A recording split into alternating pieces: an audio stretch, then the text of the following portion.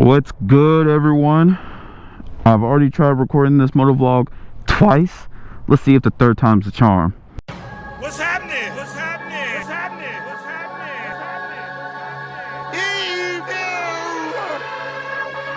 Bitch, you know the scope is murder. One caution for your broken hood. Bunnies with them bunnies, making the set. It's still up to no good. Nigga, pump, nigga, the body inside of the trunk. You better get slow. Nigga, the body and leave in the trunk. Slow to the phone. Roll the snow. West side, jumping up the whip. The foot, then I let it bust. With a deadly touch, get him broke his fuck. Don't be stuck by the devil's son. Curse him around the flames. It's into the range. I'm reading the pain. Love in the pain. I don't give a fuck. Think of myself, repetitive pain.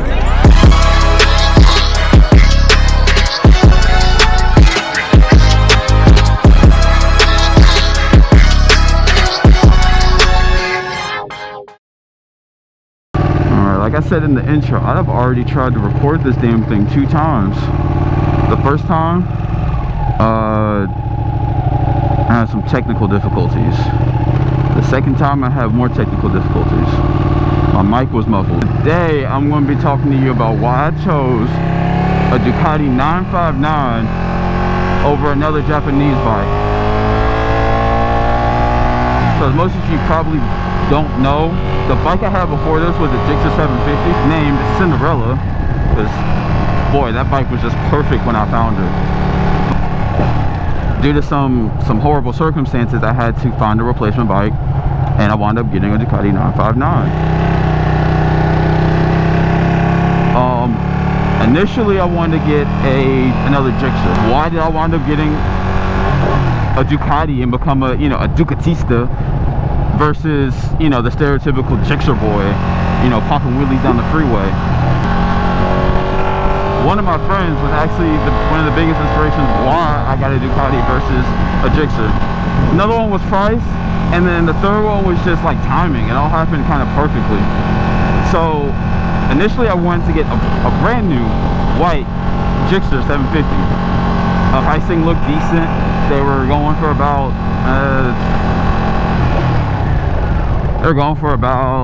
what, 10,000, 12 after dealership fees. I was like, that's perfect, that's what's in my price range. I did the budgeting, talked to my bank, everything was set. However, I had to wait on my insurance to clear out my old one.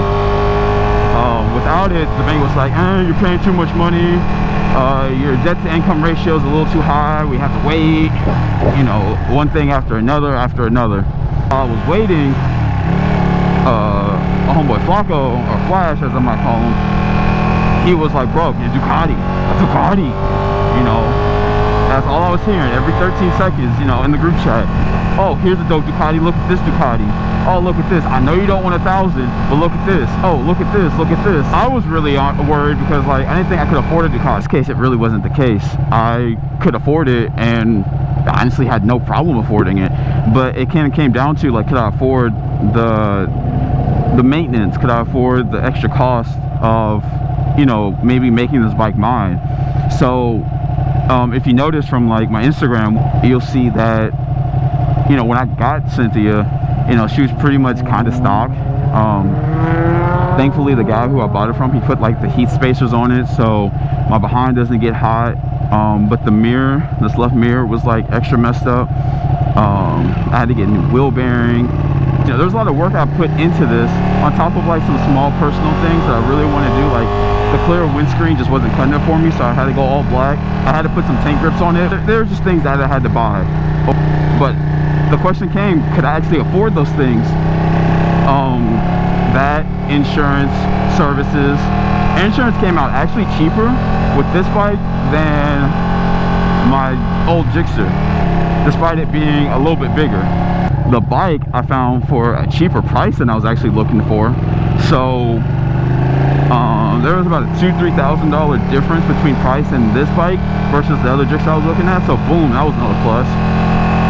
Then there's also the added benefit that I wanted to start this YouTube page, and like I said, I ride with my buddy Flash all the time. So at the time, both him and his girlfriend had Ducatis. But the biggest question was, did I want a super sport or did I want a Panigale? I don't like fairingless bikes, so naked versions right now wouldn't be it for me. And So I don't want Diablo, I don't want a Scrambler, although after seeing a few of them and like being able to swing a leg over a couple of them, I do, maybe one day in my future, if I stay Ducati, we'll be getting one of those. This is a really pretty area. My music's a little too rough for this right now. Let me go ahead and... I was really looking, like seriously considering the Super Sport over the Panigale because I want an 899 or a 959. V2 is still too new, so outside my price range. But those two definitely were like right in my price range. And the Super Sport was also in my price range because they're, despite it being called a Super Sport, it really isn't a Super Sport. It's a sport touring bike, you know, so they have it set up where they have like the nice passenger seat. I mean, you know, it's like one big passenger seat. They've got like the saddlebags that you can have. It's all just one nice big, you know, touring bike that's meant for carving up, you know, mainly like highway miles in a sense. That's kind of like what I gathered from it. Then I did some more research and found out that like the horsepower in that thing was like 90, and that just kind of didn't cut it for me. Also, I love riding a bike for this reason. It's like the rules don't apply to me. I'm gonna go through this way. Excuse me. So yeah, and just to round it all off, honestly, the Super Sport was not what I was looking for. It did have some comfort features that I really liked. I like the adjustable windscreen. I like being able to have a passenger comfortably like that. Honestly, like since I've been getting more into passenger riding, was something that I really was considering. But that horsepower thing honestly knocked it out of the rankings. And what made it worse was I was on Cycle Trader and I found this baby sitting there. It was listed at 10.5. The guy, it was pretty low mileage, especially compared to what I had. My Gixxer kind of had higher mileage. It was almost at like about maybe like 22, and when I lost it, it was sitting at close to 30. I decided I want something lower mileage, especially if I'm going to be paying around that same price, because I bought my Gixxer for about $7,000-8,000, so only a couple thousand shy, but a whole 20,000, you know, mile difference. Okay, I see you with the hair. I see you with the hair, man, all blowing in the wind and whatnot. All right, so anyways, I bought the Ducati.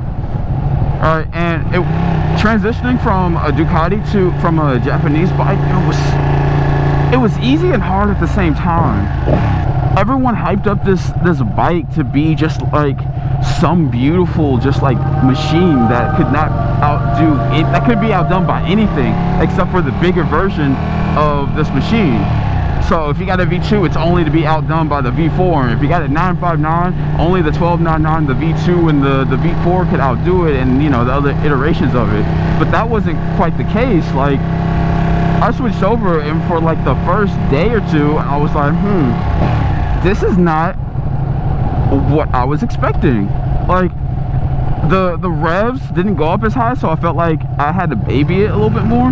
Not to mention I was scared shitless of just dropping it. Like, I haven't dropped the bike yet, so I was like, damn, if this is the first bike I dropped, this is going to be an expensive repair. So there were a bunch of other factors that really worried me. You know, there was the heat, there was the cost of parts, there was just like all these different things. And then I get on the bike and I was a little underwhelmed. And the biggest thing that really came from that was my inexperience riding the bike. It took me maybe one good day of just like riding it and like really playing around with it. Also, I started off in wet mode. I was scared. Wet mode, it was just super underwhelming. And it's great. I mean, it's wet mode does exactly what you want it to do for wet mode. It limited power, engine braking felt stronger, even though it says on like the settings, everything, that it was the same.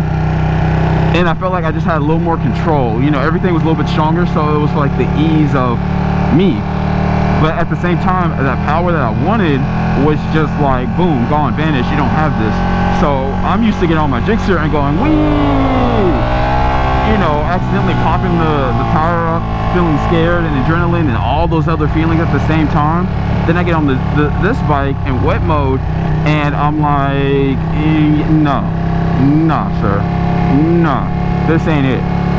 Picking this up to speed is easy. Like, it's comfortable and it's easy and it does what it's supposed to do when you want it to do it. It's confidence inspiring. Like, I still really want to work on my twisties and, you know, working on those corners. But in this bike, I feel much comfortable. There was a road we did, kind of popular within like the area. I should have gone.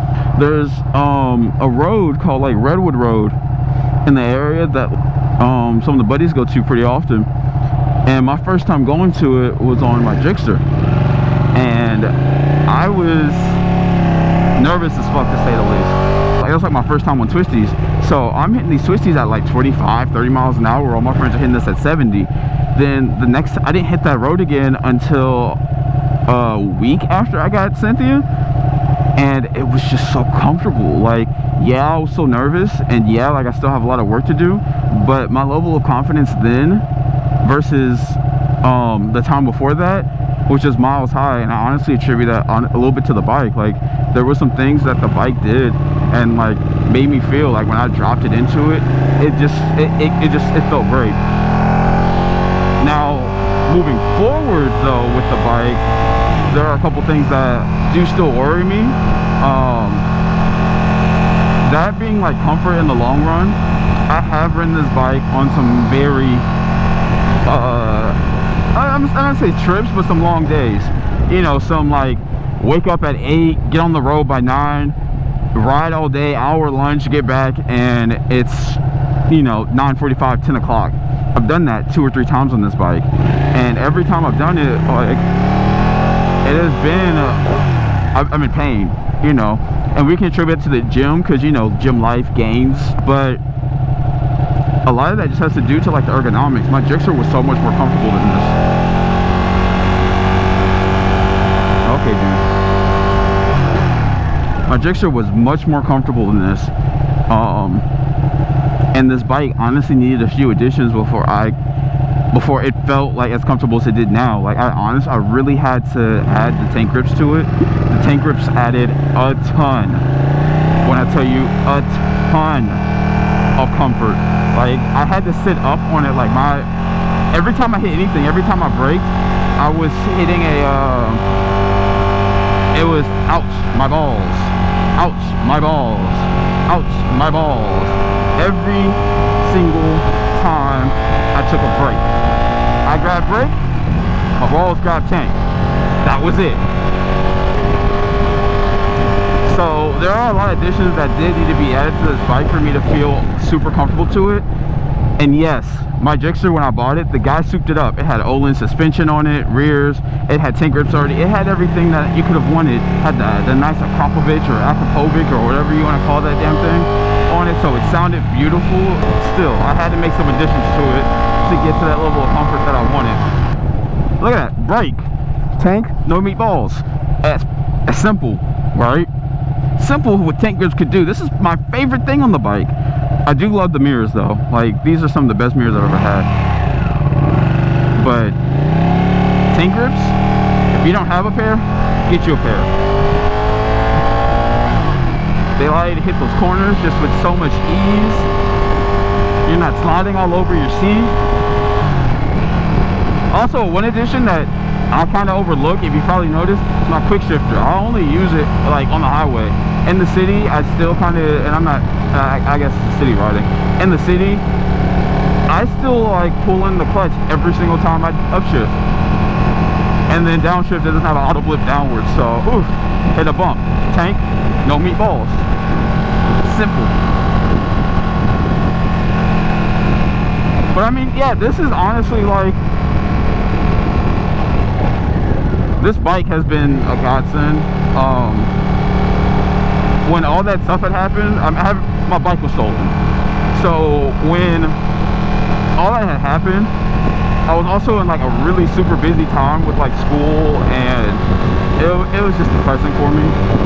You know, everyone kept asking me where was my bike. I had bought a whole bunch of parts that came in the day after it was stolen. So I was super anxious to get a bike. Like, that bike was stolen on day 1. That very next day, I had already started looking for like replacements. So I was like, okay, well, get in a lane. Well, moral of the story is I really like this bike. I went through a lot of hell to get it, because it wasn't as simple as me just like finding the bike. paying for the bike, calling it a day. The process took about 2 or 3 weeks, which was 2 or 3 weeks longer than I wanted to take, on top of having to like wait for the guy to have some free time to be able to meet up to do money and cash, you know, that exchange. And that it was an all-day endeavor, even though he was only 15-20 minutes away. But despite everything that I went through to get this bike, it has treated me well. Even after all the hiccups I had immediately after getting it, I have no complaints. Yes, the seat gets hot every once in a while, even with the Ducati spacers thing on it. Yes, people are a little more aggressive towards me because they see red. Yes, I do go too fast on the highway sometimes. Not okay, I'm not gonna say dangerously fast, but not I can't even say not criminally illegal, because I went like 100 and, but